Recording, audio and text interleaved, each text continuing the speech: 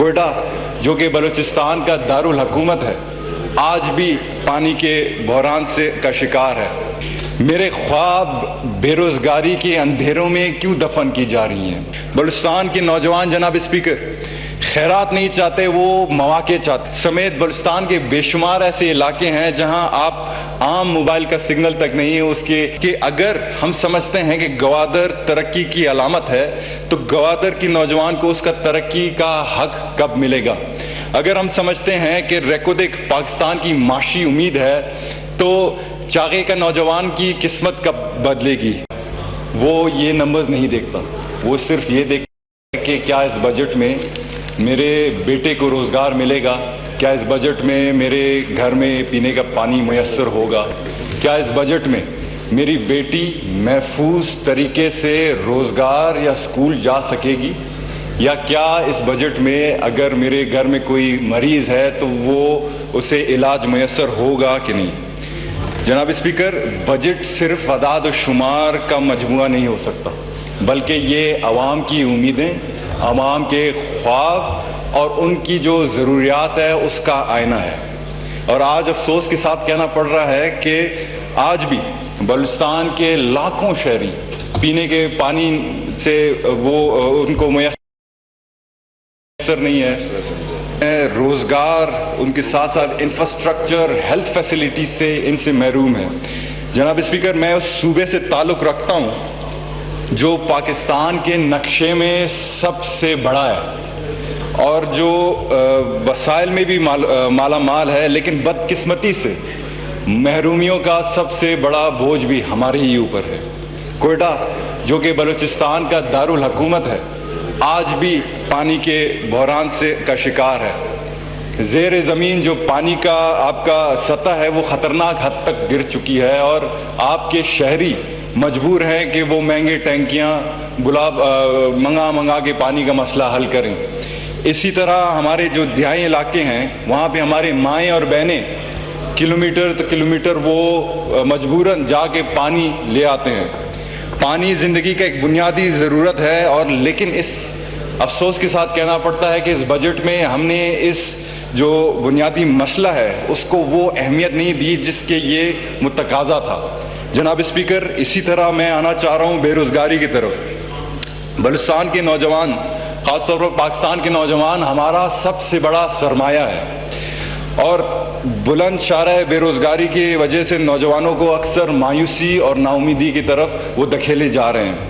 ہمیں اکثر بتایا جاتا ہے کہ معیشت بہتر ہو رہی ہے، لیکن آج بلوچستان کا جو نوجوان ہے وہ یہ سوال کرتا ہے کہ اگر معیشت بہتر ہو رہی ہے تو میرے ہاتھ میں یہ جو ڈگری ہے اس کے باوجود میرے پاس نوکری کیوں نہیں ہے؟ میرے خواب بے روزگاری کے اندھیروں میں کیوں دفن کی جا رہی ہیں؟ اور اسی طرح پاکستان کے لاکھوں تعلیم یافتہ نوجوان بے روزگار ہیں۔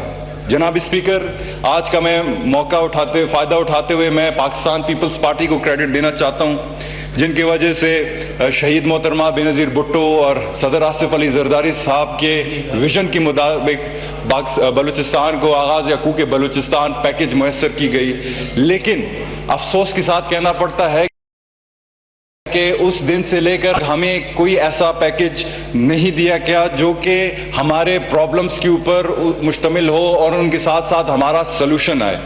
بلوچستان کے نوجوان جناب اسپیکر خیرات نہیں چاہتے، وہ مواقع چاہتے ہیں، اسے احساس چاہیے، اسے احساس شمولیت چاہیے، اسے یہ اس ایوان میں بیٹھ کے ہمیں یہ یقین دلانا ہوگا کہ ان کے بغیر پاکستان کا جو مستقبل ہے وہ نامکمل ہے۔ جناب اسپیکر، اسی طرح میں آنا چاہ رہا ہوں تعلیم کی طرف۔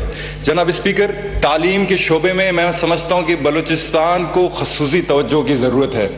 آج بھی ہمارے کئی ایسے علاقے ہیں جہاں پہ ہمارے بچے اور بچیاں پیڑوں کے نیچے ٹاٹ پہ پڑھتے ہیں، اور یہ اساتذہ کی کمی، اسکولوں کی خستہ حال اور دوسرے جو بنیادی سہولیات ہے اس کے فقدان ایک سنگین مسئلہ ہے۔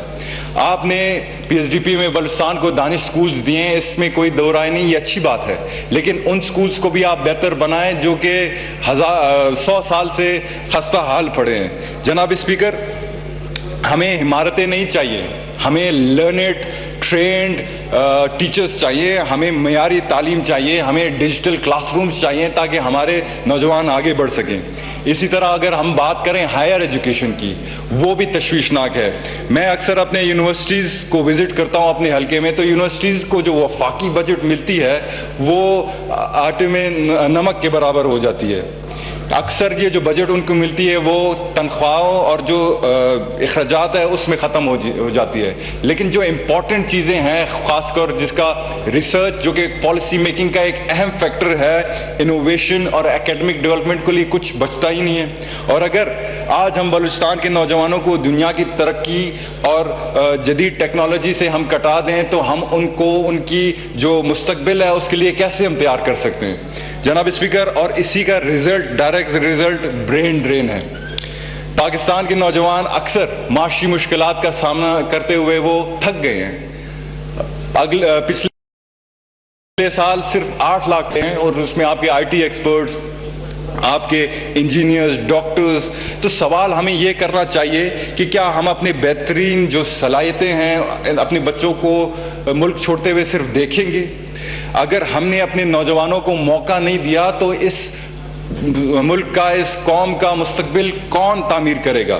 ہم بات کرتے ہیں ڈیجیٹل اور 5G کا, جو ہمارے فائنانس منسٹر نے کیا. اچھی بات ہے آپ لے کے آئیں, لیکن میں ان سے پوچھنا چاہتا ہوں کہ کوئٹہ سمیت بلوچستان کے بے شمار ایسے علاقے ہیں جہاں آپ عام موبائل کا سگنل تک نہیں ہے, اس کے لوگ 5G کا جو فائدہ ہے وہ کیسے اٹھا سکتے ہیں؟ ہم کیوں بھول سکتے ہیں کہ ڈیجیٹل پاکستان کا جو خواب ہے وہ تب تک مکمل نہیں ہوگا جب تک آپ کا ہر گاؤں, ہر علاقہ اس سے کنیکٹڈ نہ رہے. جناب اسپیکر, ہم بعض طور پر آرٹیفیشل انٹیلیجنس کو ہم اگنور کر دیتے ہیں, اور یہ ہماری سب سے بڑی غلط فہمی ہے اور بھول بھی ہے. آرٹیفیشل انٹیلیجنس آج کی دنیا کی معیشت, تعلیم اور صحت اور گورننس کو تبدیل کر رہی ہے. پاکستان کو بھی چاہیے کہ دنیا کے ساتھ وہ اسی فیلڈ پہ وہ گامزن رہے. میں حکومت کے وقت سے یہ چاہتا ہوں کہ قومی ایک اے آئی پالیسی وہ تشکیل دیں, یونیورسٹیز میں ایک اے آئی ریسرچ سینٹرز قائم کریں, نوجوانوں کو ڈیٹا سائنس, مشین لرننگ اور ڈیجیٹل سکلز کے لیے ٹریننگ دیں, اور ساتھ ساتھ سرکاری اداروں میں اے آئی کے ذریعے ٹرانسپیرنسی, کرپشن کو کرب آؤٹ کرنا, گڈ گورننس کے لیے, بہتری کے لیے وہ استعمال کریں. اور جو آج کل کے سائبر دور ہے اور ایتھیکل یوز کے لیے ہمیں ایک مضبوط فریم ورک چاہیے. جناب اسپیکر, آج اگر ہم بات کر رہے ہیں تو ہمارے پاکستان میں کروڑوں ایسے لوگ ہیں جو کہ جن کے لیے فضائی سفر کرنا ایک خواب ہے, اور بلوچستان کی اگر عوام کی ہم بات کریں تو یہ سفر کوئی عیاشی نہیں بلکہ ضروریت ہے. چاہے ہم سیکیورٹی صورتحال کو دیکھیں یا ہمارے لمبی روٹس کو دیکھیں, لیکن افسوس کے ساتھ کہنا پڑ رہا ہے کہ بلوچستان کے کئی ڈومیسٹک روٹس کے کرائے بعض انٹرنیشنل روٹ سے بھی زیادہ مہنگے ہیں. تو میں حکومت وقت سے یہ مطالبہ کرتا ہوں اپلیکیشن ماڈل مترادف کرائیں جو کہ پرائسز کو ریگولیٹ کرے, اور خاص طور پر ہمارے عام شہریوں کو وہ جو برداشت کن پرائس ہے وہ مل سکے, کیونکہ ہم بھول جاتے ہیں کہ اگر ایکسپلور کرے گا پاکستان تبھی آگے بڑھے گا پاکستان. جناب اسپیکر, میں چند سوال اس ایوان سے کرنا چاہتا ہوں کہ اگر ہم سمجھتے ہیں کہ گوادر ترقی کی علامت ہے تو گوادر کی نوجوان کو اس کا ترقی کا حق کب ملے گا؟ اگر ہم سمجھتے ہیں کہ ریکودک پاکستان کی معاشی امید ہے تو چاغے کا نوجوان کی قسمت کب بدلے گی؟ اور اگر بلوچستان کے وسائل قومی ترقی کے ذریعے ہے تو بلوچستان کے عوام کو اس کا جو ڈیو شیئر ہے وہ کب ملے گا؟ ترقی کا مطلب جناب اسپیکر صرف پروجیکٹس نہیں ہے. ترقی کا مطلب یہ ہے کہ نوجوانوں کو روزگار ملے. ترقی کا مطلب یہ ہے کہ بچے ہمارے اسکول جائیں.